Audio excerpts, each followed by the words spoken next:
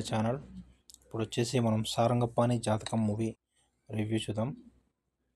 First subscribe to my channel to see the movie reviews.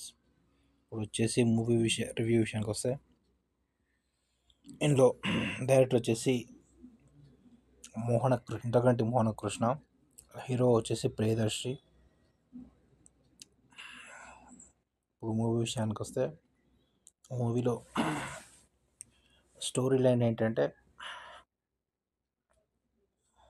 ఇక్కడ director వచ్చేసి routine story కాకుండా different స్టోరీగా try చేశాడు.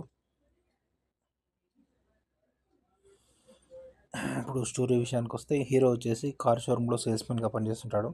అక్కడ హీరోయిన్ వచ్చేసి తన పేరు మైథిలి, తను వాళ్ళ స్టోర్ మేనేజర్గా పనిచేస్తుంది. అయితే వాళ్ళిద్దరు తనను లవ్ చేస్తుంటాడు. అయితే ఒకరోజు హీరోయిన్ వచ్చేసి తనగా సారంగ పనికి ఐ లవ్ యూ అని చెప్తుంది. దాంతో హీరో కూడా హ్యాపీ అవుతాడు. అయితే వీళ్ళు వచ్చేసి పెళ్లి చేసుకోవాలనుకుంటారు. అప్పుడు ఇంకా స్టోరీ ట్విస్ట్ అవుతుంది, ఎంగేజ్మెంట్ అయితే అవుతుంది వాళ్ళది. ఇప్పుడు హీరో వచ్చేసి ఒక అతన్ని కలుస్తాడు.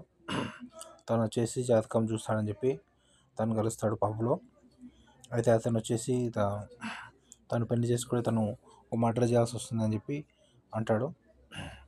అయితే హీరో వచ్చేసి తన మ్యారేజ్ని ఇంకా బ్రేక్ చేద్దాం, ఈ స్టోరీ ఏదో తెలిసేదాకా అని చెప్పి ఇంకా మ్యారేజ్ని పోస్ట్పోన్ చేస్తుంటాడు హీరోయిన్కి. ఇంకా ఇలా సిచ్యువేషన్ నెక్స్ట్ వాళ్ళ మ్యారేజ్ ఎలా అయింది ఏంటి అది టోటల్ స్టోరీ. ఎందుకు ఆ జాతకం అలా ఉంది ఏంటి అనేది.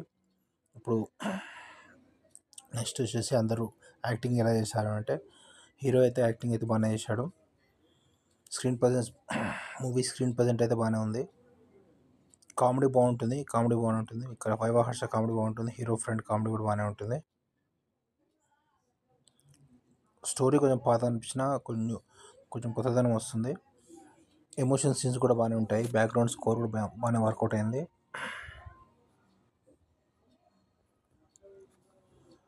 స్టోరీ అయితే ప్రజెంటేషన్ అయితే సింపుల్గానే ఉంటుంది. బ్యాక్గ్రౌండ్ స్కోర్ కూడా ఎక్కడ తగ్గకుండా ఉంటుంది. మ్యూజిక్ కూడా బాగానే ఉంటుంది. కాకపోతే ఆర్టిస్ట్ పర్ఫార్మెన్స్ విషయానికి వస్తే, హీరో అయితే బాగానే యాక్ట్ చేశాడు.